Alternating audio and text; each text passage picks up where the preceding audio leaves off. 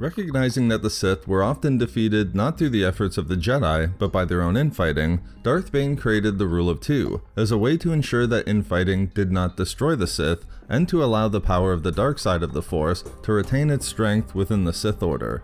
In this way, Darth Bane's order, which began a millennium before the era of Darth Sidious, would have only one Sith Master and one Sith Apprentice at any single moment, the power of the dark side concentrated within these two individuals. Operating in secrecy, the Sith would remain hidden from the galaxy, gathering strength and knowledge until they were ready to destroy the Republic and Jedi, which became the Sith Grand Plan.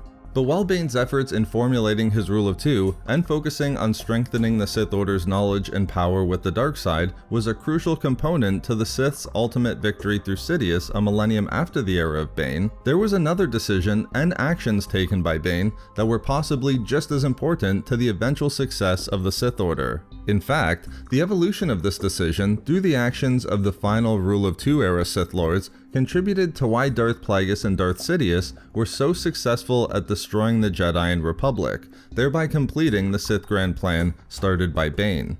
In today's video, we'll discuss the actions taken by Darth Bane in his era that contributed significantly to the success of the Sith, which went beyond the Rule of Two, defined by a single Sith Master and Sith Apprentice, and the focus on the Sith Order's power with the dark side. In this way, we'll demonstrate why Darth Bane's contribution to Sidious's victory went beyond just the formulation of the Rule of Two. After establishing these important decisions and undertakings by Bane, separate from the Sith Order's focus on the dark side of the Force, in our next video, we'll discuss the important recognition made by Darth Plagueis centuries after Bane that forced the Sith Order to make important decisions that would significantly influence the Sith Grand Plan and be important in successfully destroying both the Jedi and the Republic. In that video, we'll discuss why the final Rule of Two era Sith Lords were so successful at destroying the Jedi and Republic by building off of and reformulating the direction and actions of the Sith Order that were started with Darth Bane, which will be the topic of this video. So what was it exactly that Bane did, outside of just his actions regarding the Rule of Two and focus on the dark side, that contributed to the ultimate victory of the Sith Order?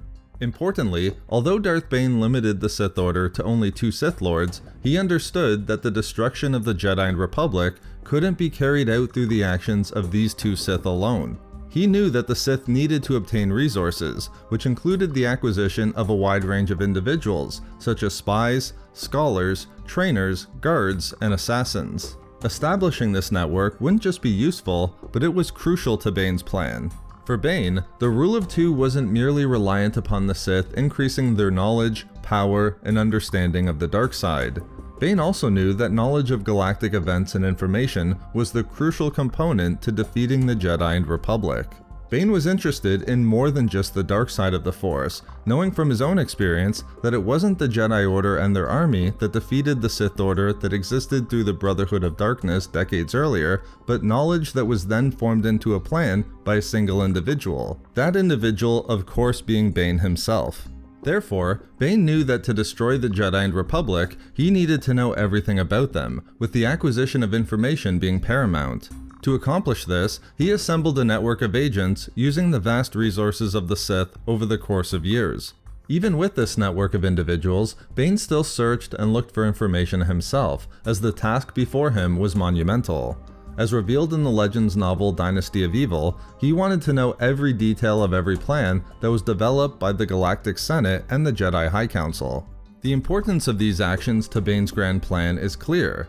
Yes, the dark side and the commitment of the Sith to increase their power with the Force was important, but Bane knew that if he ever hoped to shape and manipulate galactic events to bring about the downfall of the Jedi and Republic, he had to know what they were doing, and then use that knowledge to anticipate what they would do next. In this way, knowledge and information regarding the Jedi and Republic was power. However, at the same time, as required by the Rule of Two, Bane was also committed to keeping himself hidden within the galaxy, something Darth Sidious would recognize in his writings within the Book of Sith.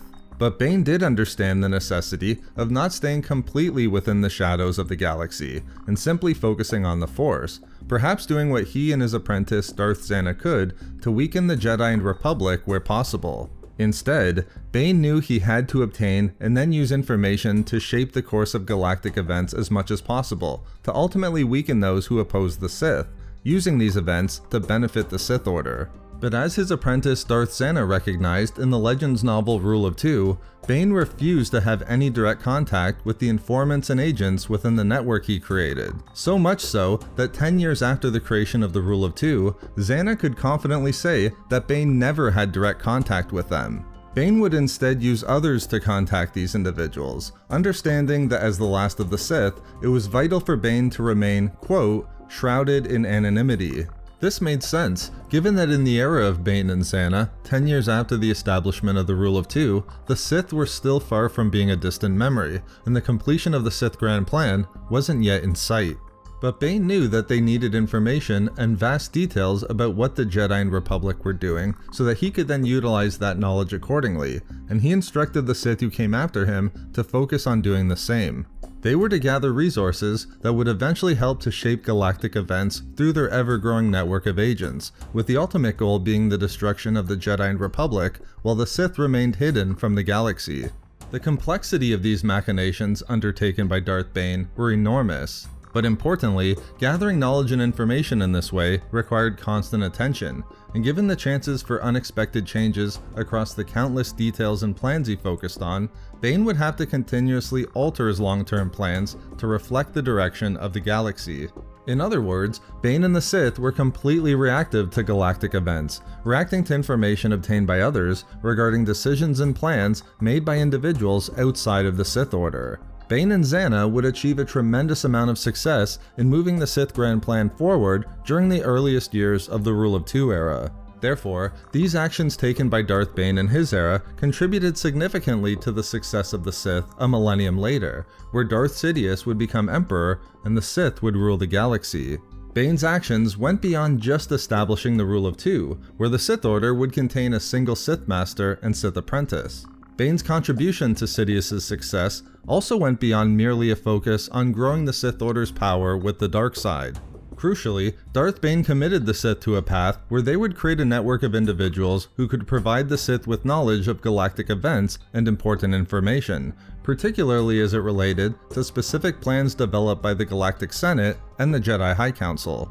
In this way, Bane and the Sith could shape and manipulate galactic events to help ensure the success of the Sith Grand Plan to destroy the Jedi and Republic.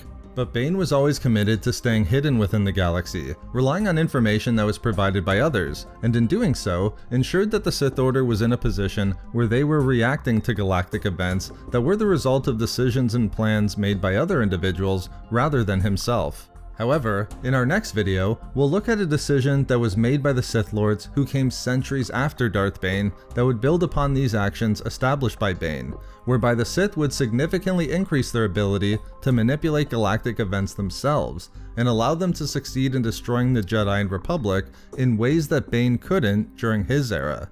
Therefore, in that video, we'll explain why the final Rule of Two era Sith Lords were so successful at destroying the Jedi. So there we have it, why Darth Bane's contribution to Sidious's victory went beyond just the Rule of Two.